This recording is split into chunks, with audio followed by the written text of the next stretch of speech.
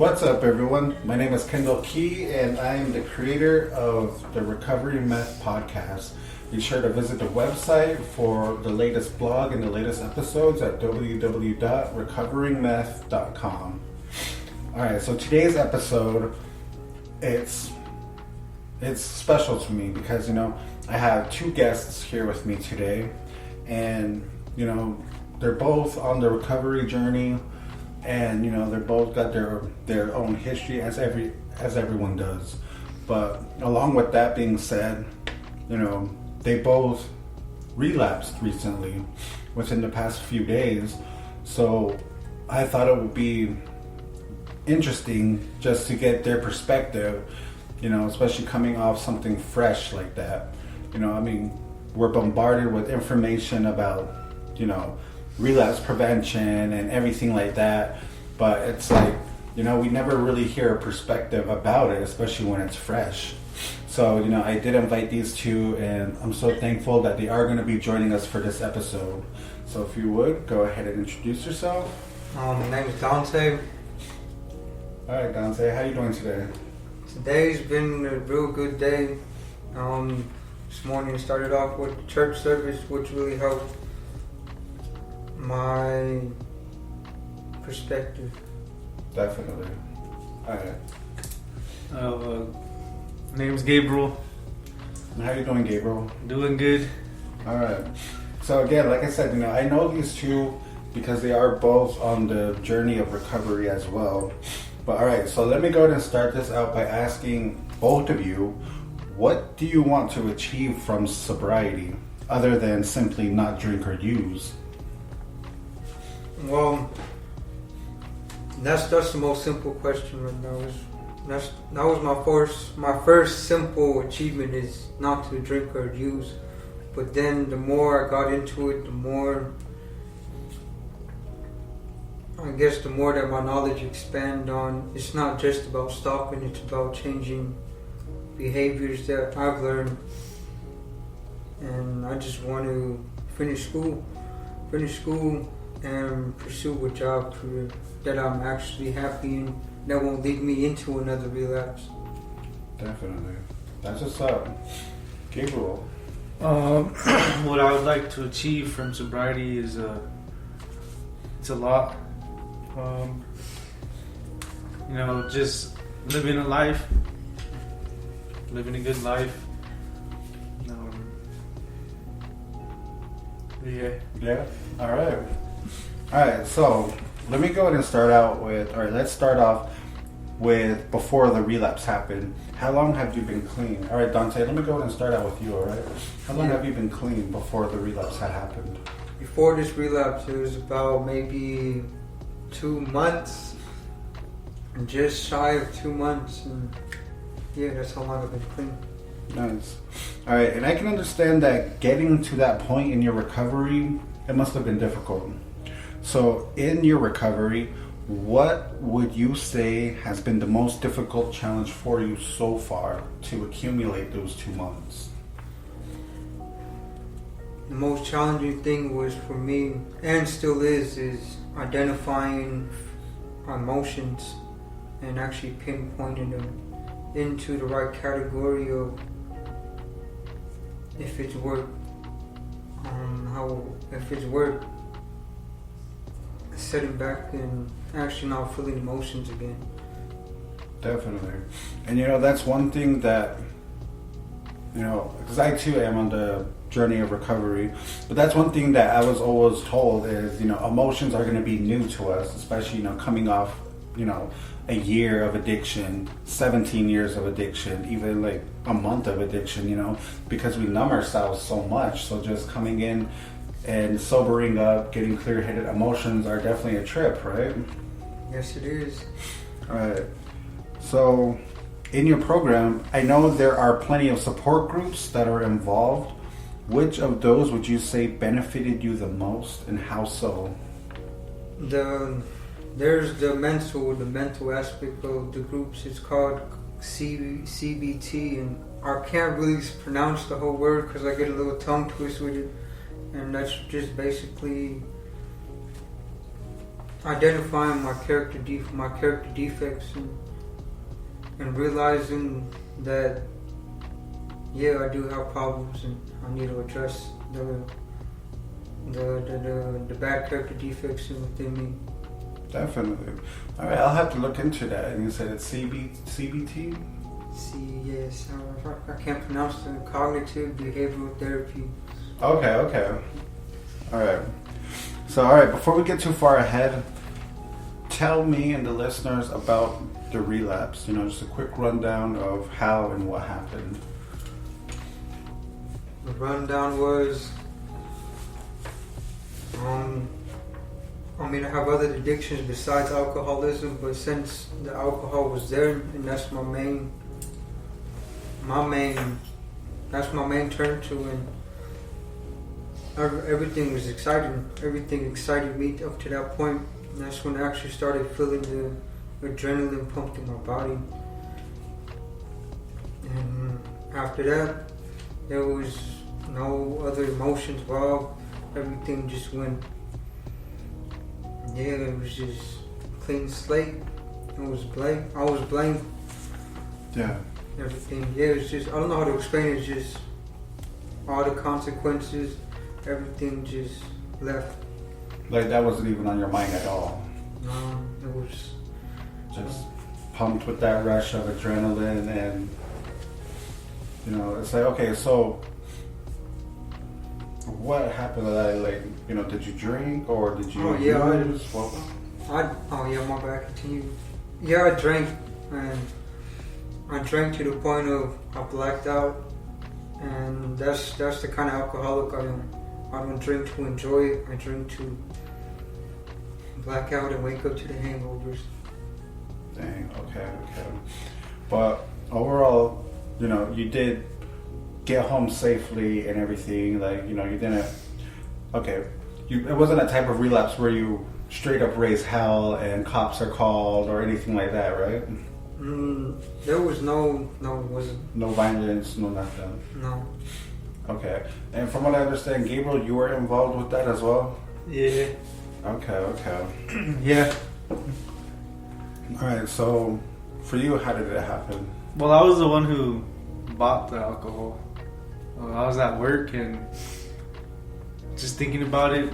Well, I wasn't really thinking about it until I went on Postmates and I was messing around and I looked up alcohol and bottles started popping up. I mean, I'm not really. They really delivered that on Postmates. Yeah.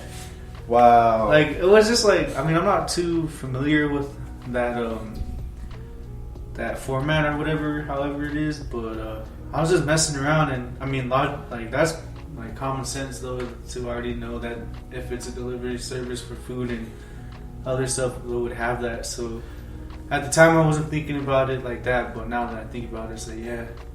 I should have known. But I looked it up and found it, and I ended up, I don't know if it was a half gallon or a full on gallon of getting an E&J.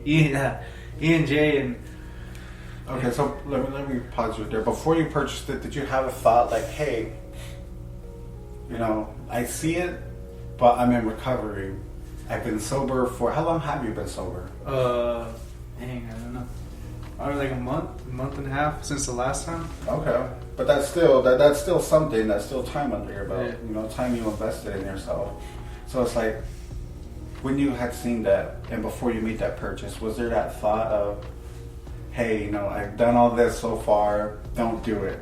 Or was it just out the window and... No, I was talking to one of my bros I was texting him and you know, I was just letting him know that I was getting off probation. At the time it was like 19 days, and he's like, yeah, you got it, bro. He's like, I'll just keep doing what you're doing, and you know, getting words of encouragement and whatnot, and telling me not to just, you know, just wait till, because I was like, I don't know what's gonna happen, man. If I get too drunk, you know, I might get kicked out of the house, might lose my job. I don't know what's gonna happen. And he's just like, you know, he was giving me the encouragement and everything. But then my lunch break, like 20 minutes before my lunch break, I was like calculating it, and I was like, you know what, fuck it. Yeah. Like, after all that good stuff he said to me, you know, after all that, it was still like that thought in my head, fuck you, man. If I order it now, I'll get it right at 8:30 or 8:25. So I did that, and then, yeah, that's what happened. All right, and so for you, let me go ahead and ask you, in your recovery, what would you say has been the most difficult challenge for you so far?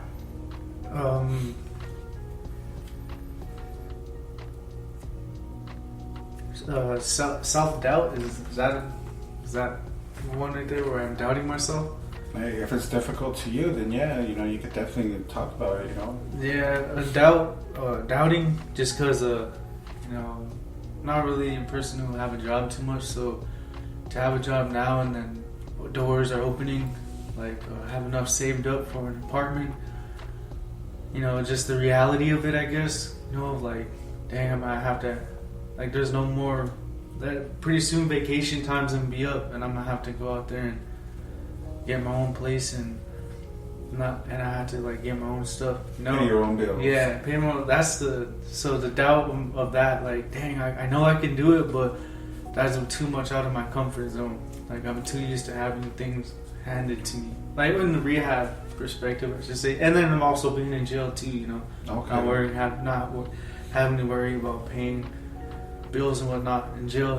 Three free meals and a cot. Yeah. Hot water all day, you know what I mean? So, just that, just the reality of that sinking in. I mean, it's a good thing too, but at the same time, that been my problem. I shouldn't use that as a way to justify my relapse, but for someone who hasn't been through that yet, it kind of was a problem. I should have used it as more of in a positive way. Definitely, because you're treading into unfamiliar territory, so that's how people grow. That's how you will grow. But no, from what I understand, and this is why I have y'all right here on this episode, is just to get, y'all's perspective of, how basically, because, I wouldn't say, that's you justifying your relapse. It's just you being honest about it. And that's how it happened. And you did admit that you do struggle with that self-doubt. So definitely, I can understand that. But in your program, what support groups have benefited you the most?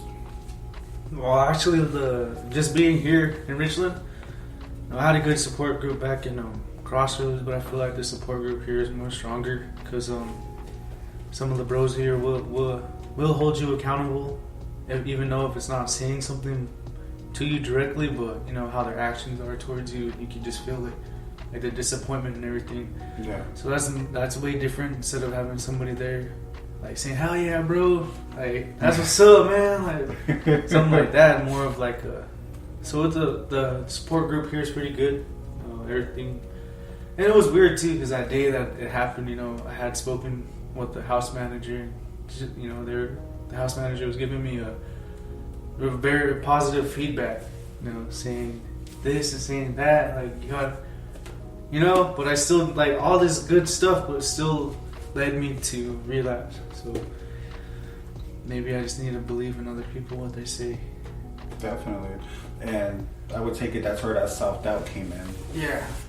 Alright. So then, Dante, let me go ahead and ask, was this event planned? Yeah.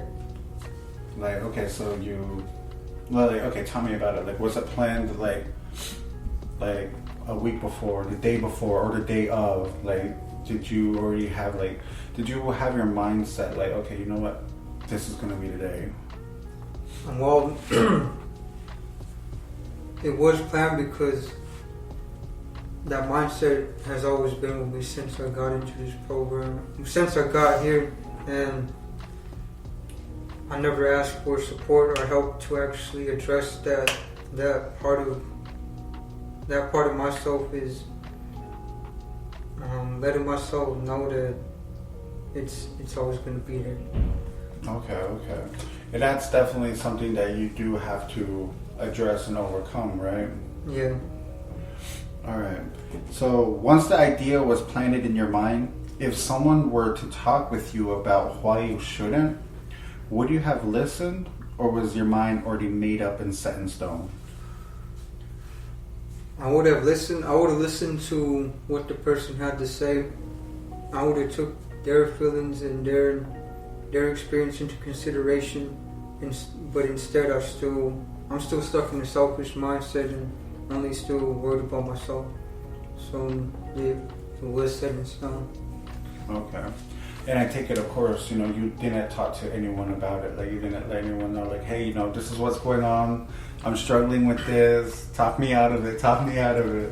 Yeah, when it comes, I feel like when I do get to that point, I feel like I'm vulnerable. I feel like the pride and ego sets in of not letting go of saying I need help.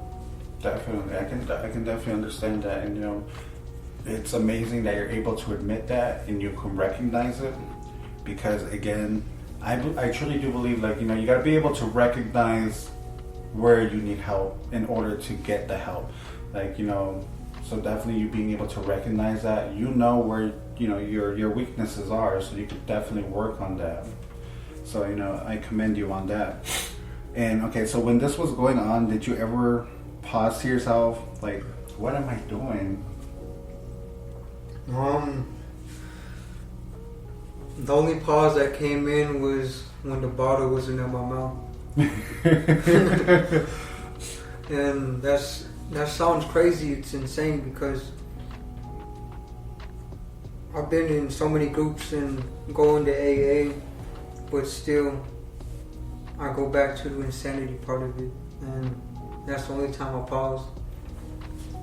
I can definitely understand that. All right, Gabriel.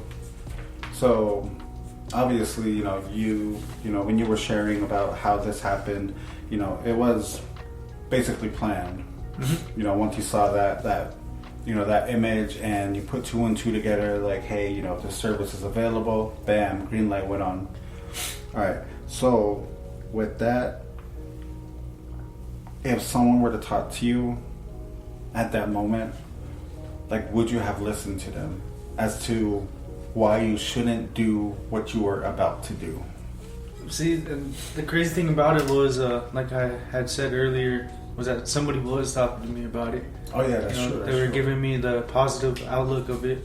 They're saying like, hey bro, this is happening, why do you want to do this? I mean, this person isn't in recovery, but he is someone who has helped me out in the past and someone I trust. So, just to hear him say that, I didn't really think of him as a hypocrite or nothing like that, but just to have that kind of love from a bro like that. Mm-hmm. But it still didn't help, maybe because I it wasn't physically, or maybe it's just something I just chose not to let help, because it was in the back of my head, Yeah. That voice was in the back of my head, and my heart was listening to it, but my mind was like, fuck that. We could, you know what? Yeah. You can do this and do this and get it into the house and nobody will know. And if you just do it in the closet, keep this person who's rowdy when they're drunk out of the picture, then it's just 2 people who knows how to drink, then it's okay. So that's what I really used to justify my fucking, like, or my, excuse my language, but the reason for it.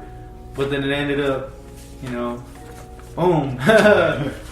So you literally had it down to the details of, like, okay, so this person can join, that person can't join. Yeah, that was the crazy thing about it, because I was getting the good, that peer support talk from someone, but everything he was saying to me was registering in my head. But at the same time, my other side of my brain was like, okay, true, but this is what you got to do, this is what you can do, and this is if you just do it like this, and it's a breeze. Yeah, it's a breeze, man. See, and for everyone that's listening right now, this is why they say addiction is just so cunningly powerful, because it truly is. It basically, addiction will take away anyone's ability to make choices to do what's right, to do what they should do. It takes that away, because addiction calls, and whether we like it or not, as addicts, we answer that phone call. It tells us to jump, and we jump.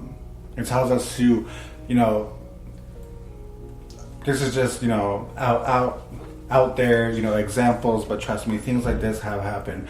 You know, they say, hey, you know, there's an old lady in front of you, take her purse, so that way you can buy some meth, you can buy some alcohol. So what do? You know it's wrong, but you do it. You take things from your family members on the daily if you need to supply your habit. That's how cunningly this is. Like, we all know right from wrong. That's the crazy thing, and this is why people talk about that insanity.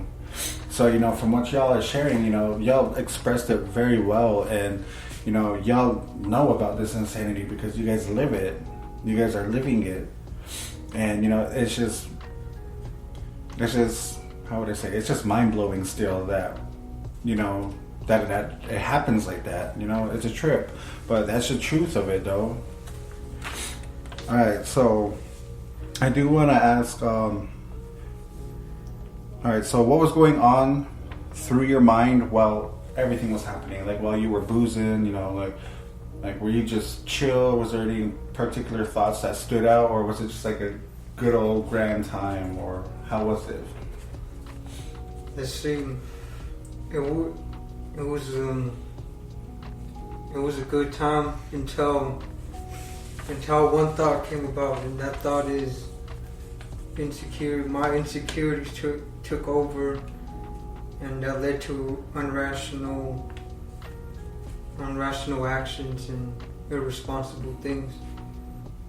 And yeah, once that life of the party left my mindset, it just went straight on with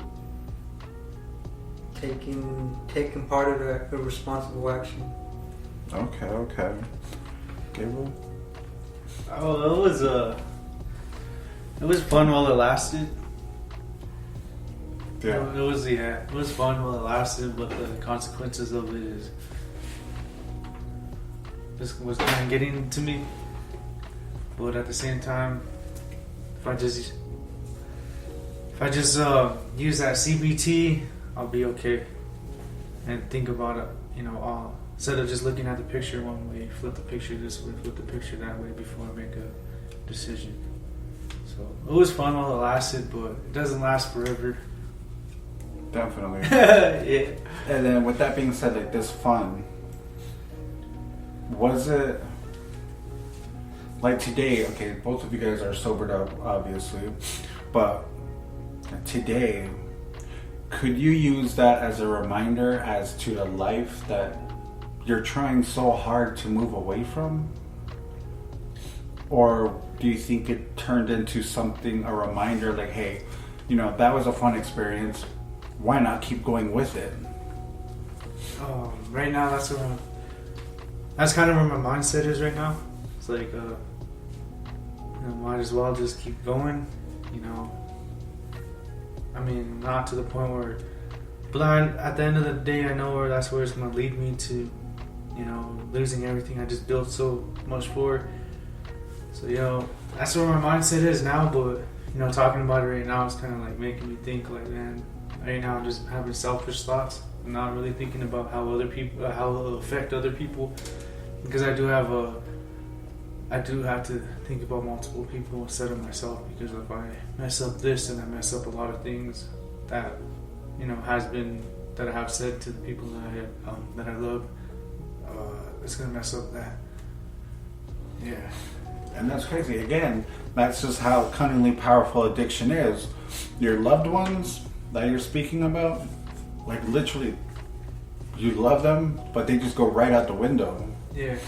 Because of the addiction, and that's crazy. Like, it's just, that's why they call it the insanity. All right, Dante, what about you? Like, what would you say this was? Like, was it a reminder to you of what you're trying to move away from, or was it a reminder of, hey, you know, that was fun, let me keep it going? The immature side that hasn't fully developed yet wants me to. It's making me think about, yeah, it's more fun, I should keep doing it, but the other side, the mature side's making me look closer and making me realize that the more guilt I have, the more I feel the pain and the suffering from it. I need to stop that and use that as a reminder to, keep the good wills going. Definitely. And you know, one thing I will tell you, and I will tell anyone, this is for anyone that's listening, you know, relapse is part of recovery. You know, should you find yourself in a relapse, don't sit in your own shit. It's what you do afterwards that is going to make you and going to determine how the rest of your recovery is going to play out.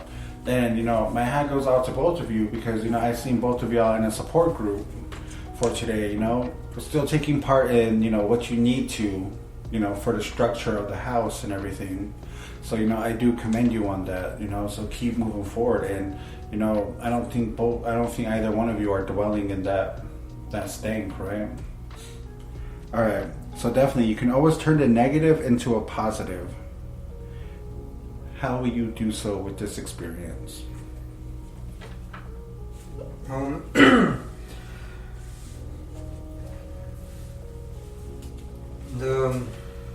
Is losing the support, losing the hands I can fall back on, and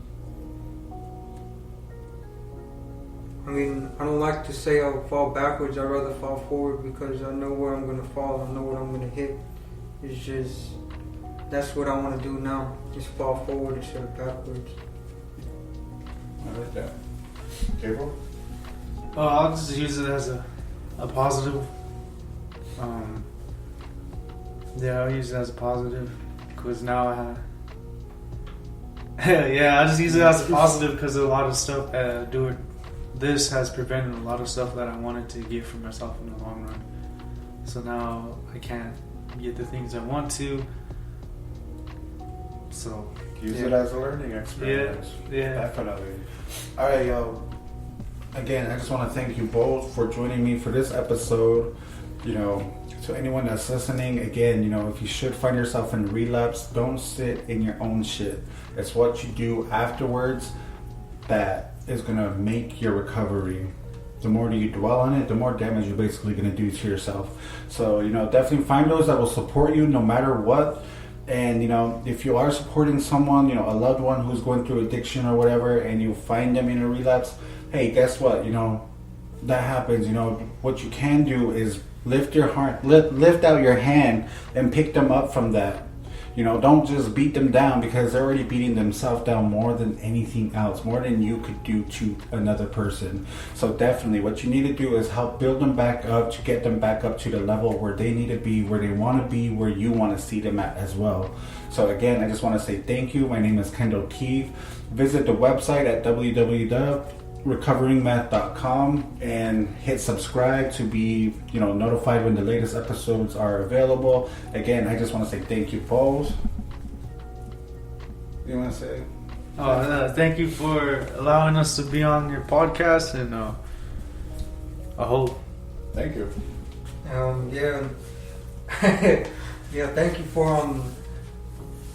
Thank you for the listening and the sit down. Amen. I All right.